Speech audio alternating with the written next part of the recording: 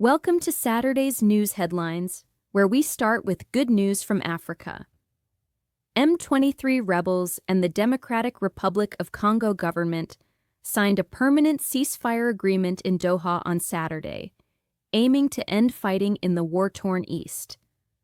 The deal halts hostilities, bans hate speech, and bars territorial seizures. The African Union hailed it as a major milestone for regional stability. This follows an M23 offensive displacing thousands earlier this year. While clashes persisted recently, the accord offers hope to an area plagued by decades of violence over resources and power.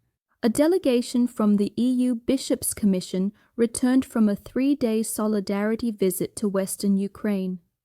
Led by Bishop Crociata, they aimed to witness firsthand the wounds of Russia's war.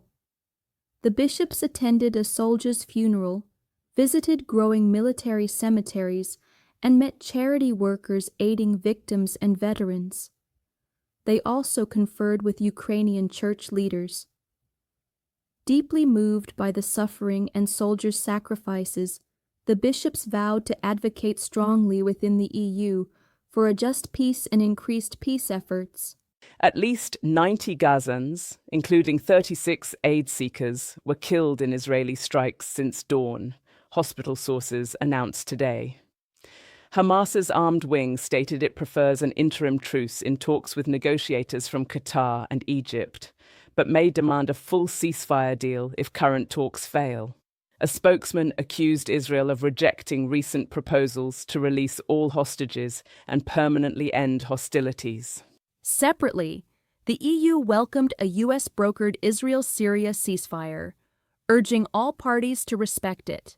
The bloc condemned recent violence against civilians and demanded accountability for grave violations of international law. 3 critically rare white tiger cubs were born on March 20th at Animalia Park in Cotia, Brazil. The cubs, born with leucism, a genetic mutation causing white fur, dark stripes, pink noses, and blue eyes, weighed just 800 grams each. Their keeper describes them as playful, like domestic kittens, and their wild survival depends on snowy camouflage.